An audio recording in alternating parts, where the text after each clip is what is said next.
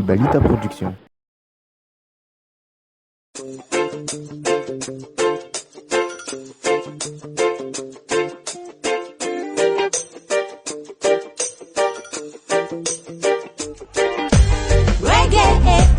Reggae music, sakafuna marena twando arriva tazo tanani.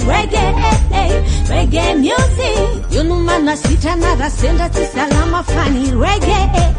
Reggae music, sakafuna marena twando arriva tazo tanani.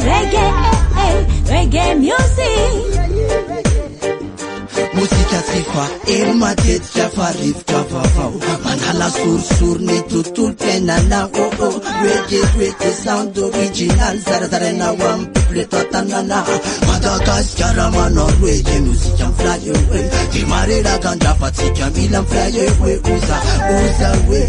Reggae fiana like blue rasta man katuna tila mapila. Abula fana food is yura senda va farufun fatana na mako. Kumarena mfuine now they are the fashion reggae the coupe not wata. Lam man musika kutitana spana fafna retan sufna wandre fana. Reggae roots MC Rastafari tunga manulta na wanze sababita devila. Yavana reggae defa awanatra mapenta nyeta nan funa pentus kan kancha mafnatra musika mafnatra lala yukuna tunga tika kuwe Rastafana Rasta Monday.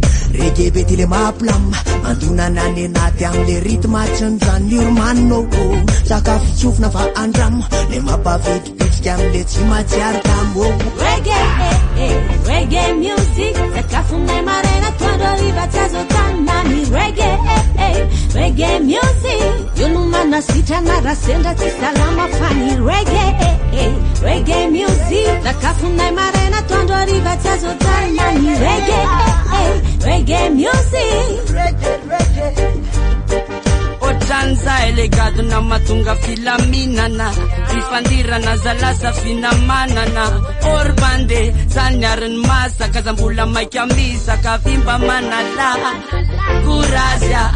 Kurazia maeno ale ritma reggae be manada. Demande mi tula na rasta na sula na lebe na nala nale no de atinande. Fazutena manza mampieta neta na pe. Reggae music, reggae music. Atrove muntana na de manunduma nawe. Enge kele no tumikurupa kabe. Reggae music, reggae music.